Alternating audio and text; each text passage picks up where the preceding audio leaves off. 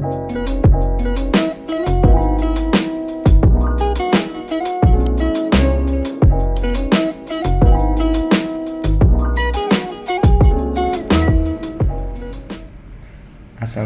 warahmatullahi wabarakatuh. Kali ini saya akan uji validitas dan reliabilitas menggunakan software SPSS. Sebelum itu kita siapkan bahan-bahannya terlebih dahulu, seperti Excel, lalu software SPSS ini sendiri, dan catatan. Di sini saya akan uji validitas budaya organisasi, tingkat kesejahteraan, dan etos kerja pada PT Merpati Training Center. Berguna untuk mengetahui kevaliditasan atau kesesuaian kuesioner yang digunakan oleh peneliti dalam mengukur dan memperoleh data penelitian dari para responden. Di sini ada dua cara untuk mengetahui apakah suatu item itu valid atau tidak. Yang pertama adalah dengan membandingkan antara R hitung dengan R tabel, dan yang kedua adalah dengan melihat nilai signifikasinya. Mungkin agak sedikit bingung atau sulit dipahami ya. Maka dari itu langsung saja kita lihat contohnya. Di sini saya sudah menyediakan tabulasi untuk variabel budaya organisasi, tingkat kesejahteraan, dan etos kerja. Sekali lagi ya teman-teman, ini hanya sebagai contoh saja. Di sini saya sudah menyediakan 10 responden dalam masing-masing variabel. Variabel itu ini ya, budaya organisasi, tingkat kesejahteraan, dan etos kerja. Lalu kita kopikan semua isi tabulasi termasuk dengan nilai totalnya yang kalian kopikan. Jadi nomor item dan nomor responden tidak usah dikopikan atau tidak diikut sertakan. Ini nih yang dimaksud nomor item, ini nomor item, ini nomor responden. Kita tuh kopinya ini aja. Nih, kita semuanya copy. Lalu kita masukkan ke SPSS. Di sini. Data view. Di sini kita kopikan. Thread. Nah, nanti hasil awalnya akan seperti ini, var 0012 ini karena saya sudah ada tuh di awalnya. Jadi nanti kalian itu pasti var 001. Jadi cara merubah var 0012 ini kita tinggal pergi ke variable view, lalu rubah var 0012 ini nih, kita rubah jadi x1.1 gitu. Berhubung saya sudah rubah di awal ini, jadi tidak usah. Tapi kalau teman-teman itu harus diganti kalau menurut saya, supaya biar lebih enak lihat dipandang, atau lebih, kalau bahasa sekarangnya itu lebih minimalis kali ya.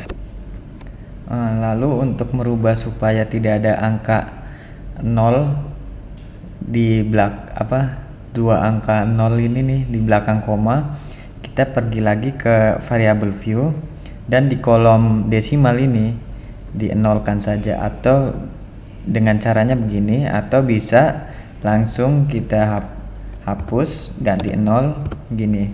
Ini juga sudah bisa gitu, sama aja. Kita coba lihat hasilnya ya. Nih, hasil ini udah nggak ada angka di belakang koma, tapi di sini masih ada karena di sininya belum dirubah gitu. Nah, sekarang kita kembali ke data view ini untuk menghitung validitasnya. Caranya adalah kita pergi ke analyze, pilih correlate, lalu pilih bivariate, lalu pilih semua item ini nih. Cuma kalau saya kan ini ada 3 variabel nih. Kalau saran saya itu mending per variabel. Jadi semua item per variabel kita dipindahkan ke kanan. Dan satu lagi nih, pastikan correlate koefisiennya di persennya sudah ke checklist. Lalu kita tinggal oke saja.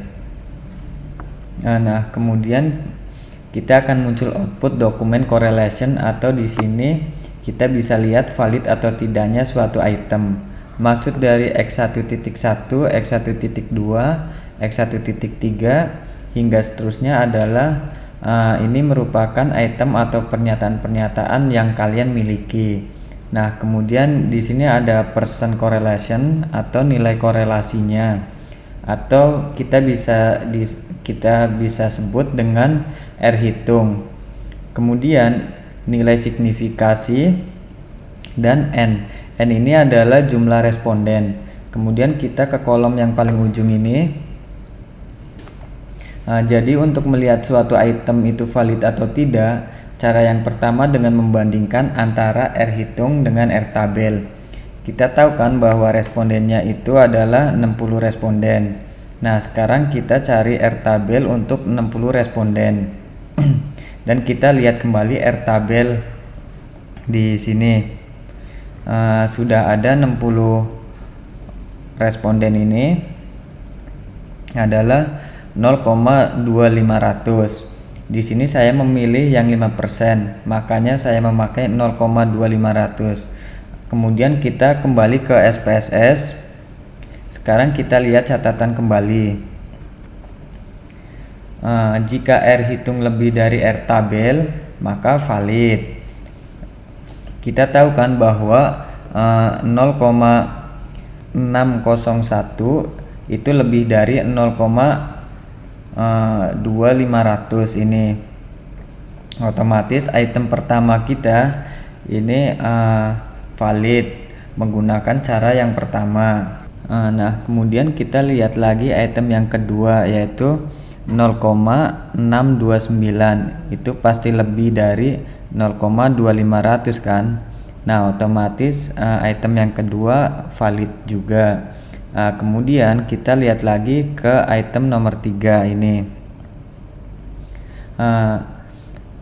Lihat di bagian percent correlationnya, ini kan 500. 0,500 itu kan lebih besar dari 0,2500. Otomatis valid juga.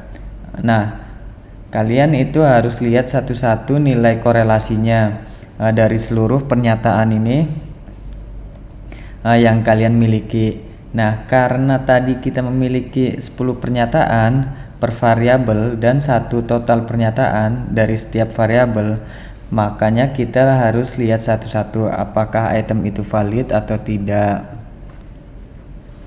Nah, cara yang kedua adalah apakah suatu item itu valid atau tidak dengan melihat nilai signifikasinya.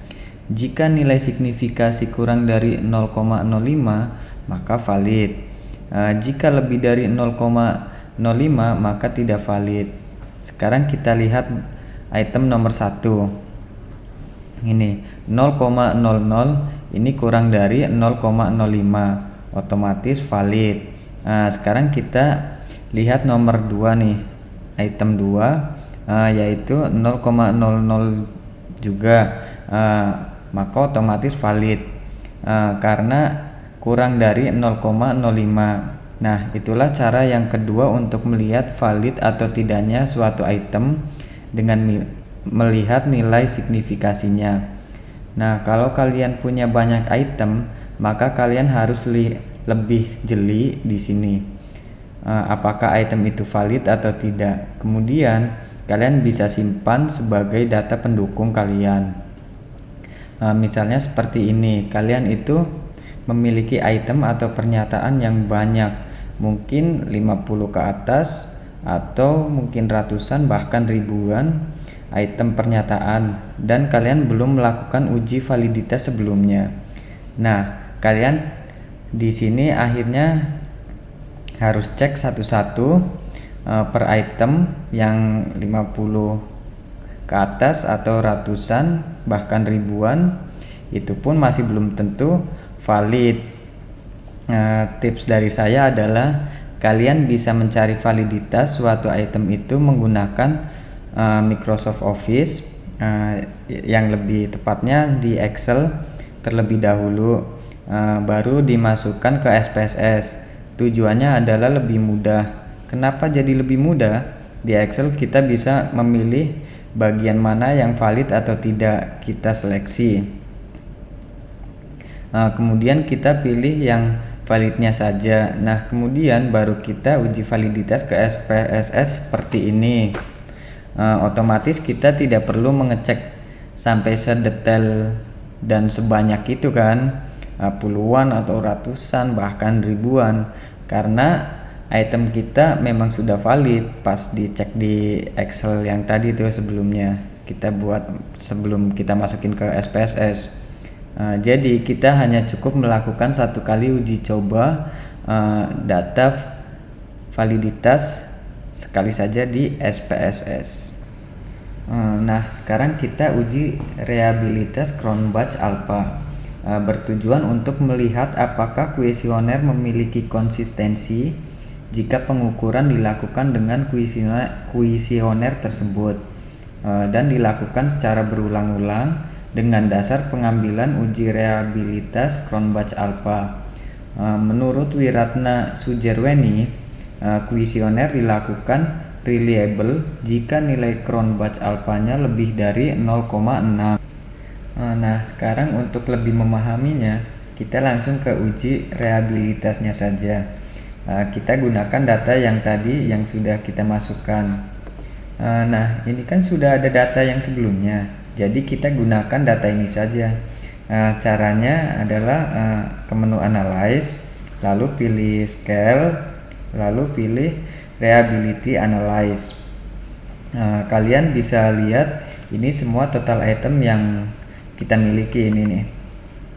Sama seperti validitas tadi. Semua item ada, cuma bedanya di sini ada yang kita pindahkan ke kanan, itu hanya item saja. Untuk total tidak dipindahkan. Jadi ini nih, kita pindahkan yang ke kanan itu ini nih, ini. Lalu kita pilih ke statistik dan pastikan scale if item delete sudah ke checklist. Lalu continue. Dan satu lagi yang harus dipastikan adalah modelnya udah kepilih alpha ya. Lalu kita langsung oke. Nah, akan muncul hasil uji reliability menggunakan SPSS. Kemudian ke tabel reliability statistik yang ini. Kalian di situ bisa melihat nilai Cronbach Alpha dan end of item. Maksud Cronbach Alpha adalah nilai alpha Cronbach-nya kita itu berapa. Nilai Cronbach Alpha-nya kita adalah 0,799 dan end of item adalah jumlah dari item-item kita atau pernyataan-pernyataan kita, yaitu sebanyak 10 item per variabel. Lalu di kata variabel menurut Wiratna Sujerweni, Cronbach Alpha harus lebih dari 0,6. Nah, dari sini kita bisa tahu bahwa Cronbach Alpha kita itu 0,799 lebih dari 0,6. Otomatis item kita ini dikatakan reliable. Demikian tutorial dari saya. Kurang lebihnya mohon maaf dan semoga bermanfaat. Dan jika kalian suka dengan video ini, kalian bisa share ke teman-teman kalian. Dan jika ada kesalahan dalam perhitungan atau apapun itu, komen saja di bawah ini biar bisa jadi cross check kita bersama. Sekian dan terima kasih.